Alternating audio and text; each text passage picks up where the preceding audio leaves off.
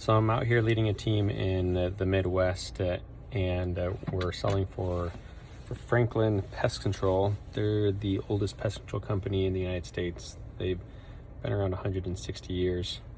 They did pest control for the Union Army back when Abraham Lincoln was president. The only reason they're not as big as Terminix or Orkin is just because they never went public. They've kept it more about the people and just like the profits and the growth. They're still family owned, still privately owned. So amazing company.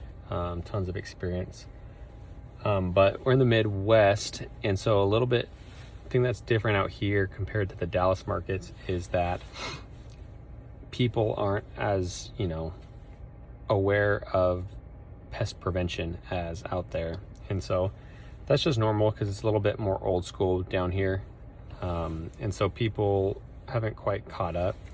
The way that pest control used to be is you'd have an infestation, someone would come out, spray chlordane, DDT, a lot of cancer causing things that would destroy the environment, and they just kind of soak down your house from top to bottom. They'd spray the whole yard and they'd kill everything for a year.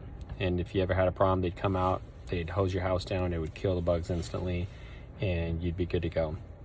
But I'm sure we could agree that mankind as a whole has developed with a lot of things along the way, and so we've learned that dumping those many chemicals onto the environment and people isn't the best idea.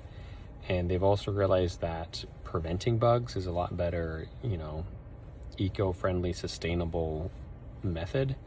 And so they can't regulate people to do this, but what they've done is they've regulated the companies on what products they can use, and the best way that those products work effectively is preventing them. And so it's not only way more efficient treating wise, it's way less chemicals to do regular preventative pest control, but they've also regulated the products as well.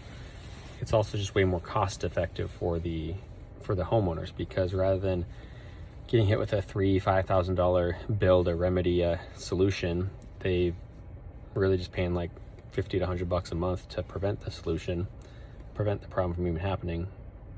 And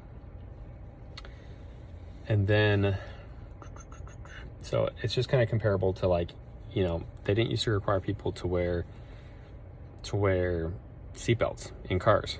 They used to be like, it's okay, but then they're like, people are dying a lot from this. Same type of thing. They didn't used to regulate how pest control is kind of done back in the day, and then they've been like, okay, let's stop doing that.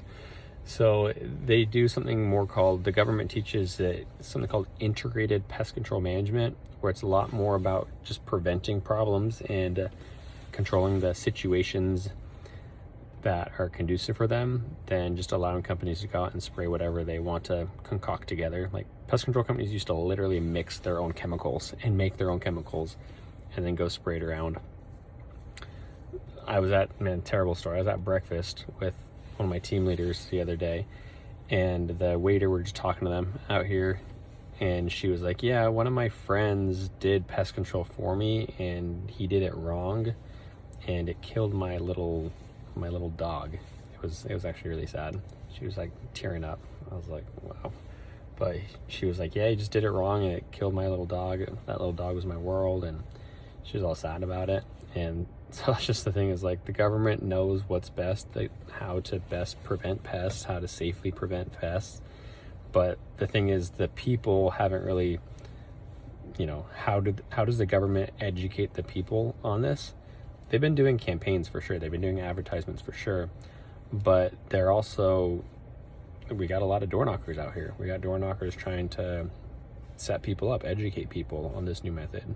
And in areas like Dallas, where there's a ton of companies, they've been educated, but in other areas in the Midwest, they just haven't been educated yet. And so you really have to just educate them on the need for pest control, and on that it's best to have preventative pest control. And you might think it's normal for kids to die in car accidents and stuff like that, but it's not okay. You should wear seatbelts. Like in the olden days, they're like, oh yeah, he died in a car accident.